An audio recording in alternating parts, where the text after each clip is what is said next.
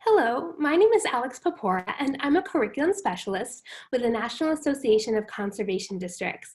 Today, I'm going to walk you through an activity from the Pollinator Field Day Curriculum Guide. I'll also give you some information on where you can find and access these materials.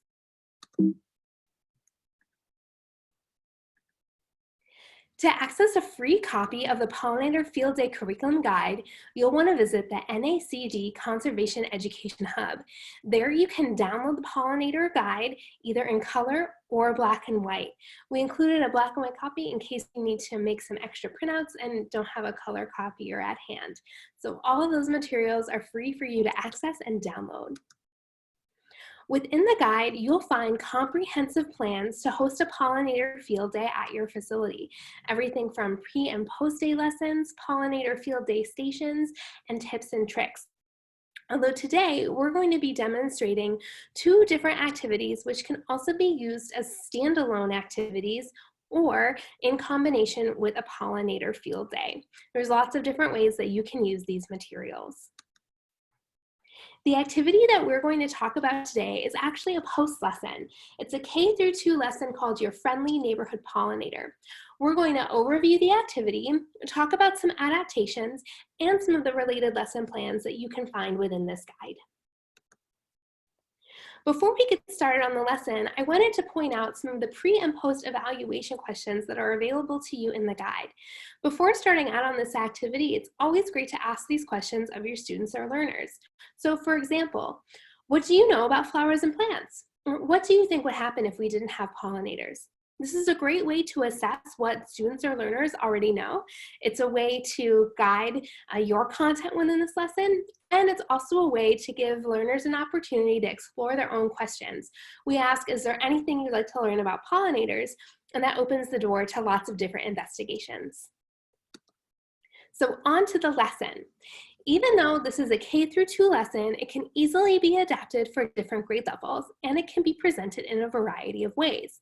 While it's indicated as being a post-field day lesson, it can stand alone and can be adapted for 8th grade, all the way up to 8th grade rather. So as we're looking at this lesson, what you will do with your students or learners is go on a walk in your neighborhood or a pre-identified area that looks like it's pollinator habitat. Throughout the course of this lesson, you'll set some frameworks for how do we do observations in the outdoors. So things like staying together as a group, observing wildlife quietly, and respecting the place of living things. And then on your walk, have your students or learners notice if they see any pollinators, record some data, and maybe some questions that they have.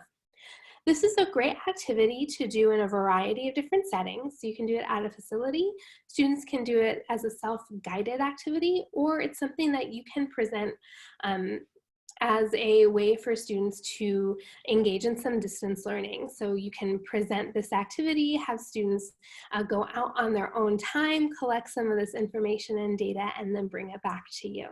There's a lot of options there, lots of ways to adapt this activity.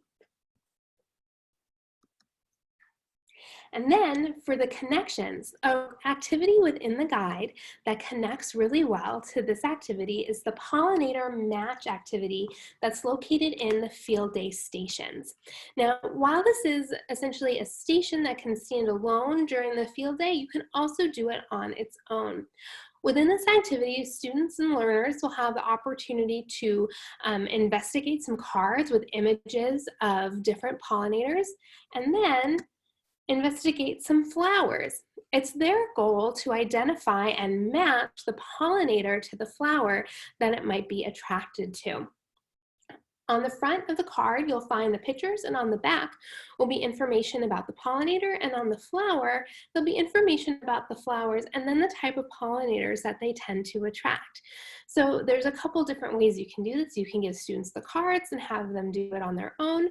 You could also present it as an activity where students would have to research the type of flower that those pollinators are attracted to. So you can do this either, in person or as a distance learning type activity. Lots of different ways that you can adapt this content on whatever your setting or situation may be. So if you have any questions, have any issues accessing the guide, or want to know more, please contact stewardship@nacdnet.org. Thanks so much and have fun learning about pollinators.